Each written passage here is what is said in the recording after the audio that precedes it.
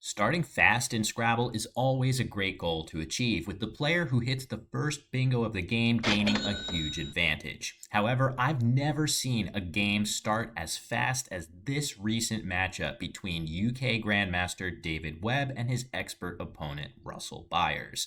Buckle up, folks. This one is pretty insane. The game has started, and it's David to go first, holding the Z with very strong openers like Zebra available for 52, but with a good play available, David patiently looks for an even better one, and in so doing, he spots his opening bingo of Zebrina for 106 points. Russell hits back with the solid wifes for 41, pluralizing Zebrina, while David draws the first blank.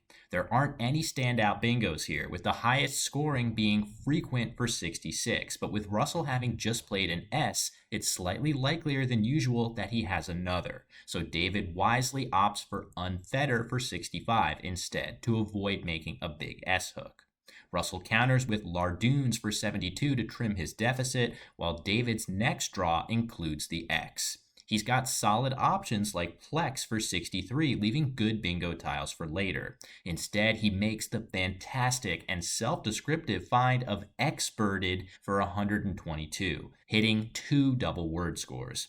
Russell understandably challenges this word, adding another 5 points to David's score when it comes back valid. Suddenly trailing by a lot, Russell has ample incentive to keep as much of the board open as possible to try and come back, and he plays not for 18, likely gunning for a quick bingo. But David draws the second blank and has several candidate bingos like Aeration and A Radios for 61 and 68. Another tempting play here could be Zoaria for 42, leaving the powerful E blank combination for next turn. The only thing better would be a play spanning multiple triple word scores through the L of Lardoons. There's one and only one play like this available here, and David spots it. Olearias for 122, moving up to 420 points after 4 turns. Russell fights on with Nye for 26, and David draws another balanced rack with an S. These tiles don't form a 7-letter word. Fortunately for David, they do form the stylish moieties through the open E for 60 more points. Russell sheds the clunky V with var for 21, grabbing extra points from the Z in the process, but David draws another set of balanced tiles. This time they do form a 7-letter word, and this time it fits on the board in one spot. Of course, David spots this one too. Dartled for 70, an absolutely incredible 6th straight bingo to open this game.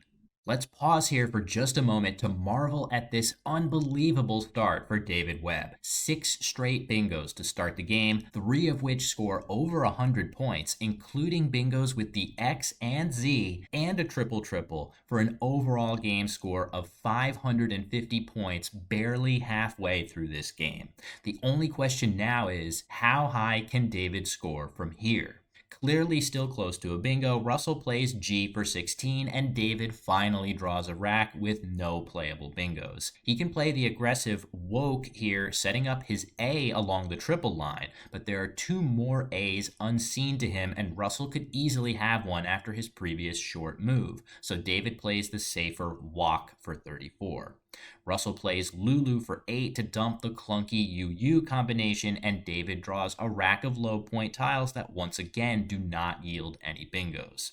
His top scoring move is Loge alongside Walk. This would give a triple line back to Russell to use, so he plays the safer Lound into the D of Experted, which doesn't really yield anything in response. Russell answers with Ordinate for 68, his only playable bingo. He has to play this even though it opens multiple lucrative spots back to David.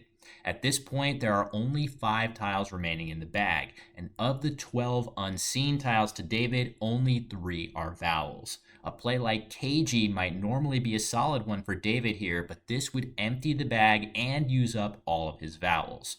So he elects to play Eggy for a still very solid 42 points, preserving an A and leaving 1 tile in the bag.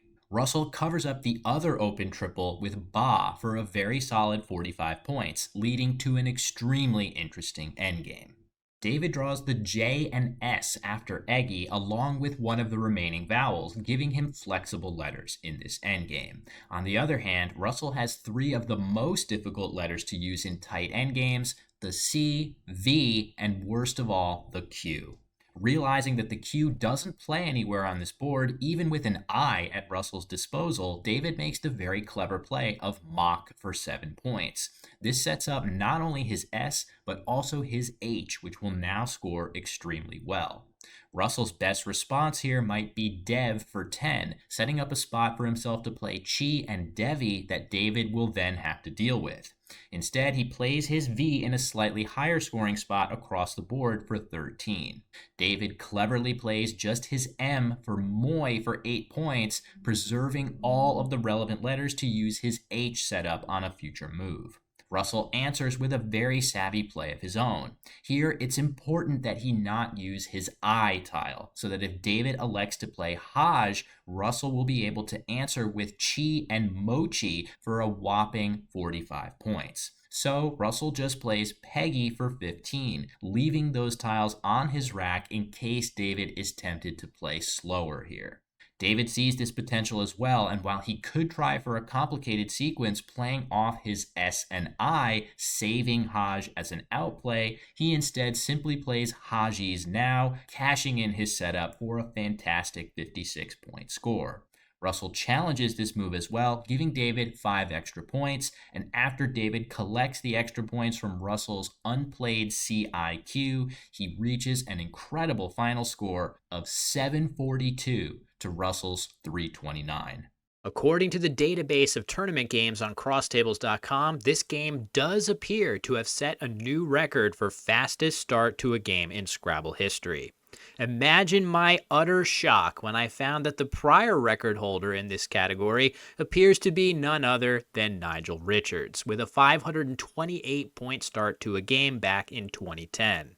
David Webb deserves major praise not only for beating this record, but also for staying focused and executing an extremely impressive endgame sequence to cap the game off as well.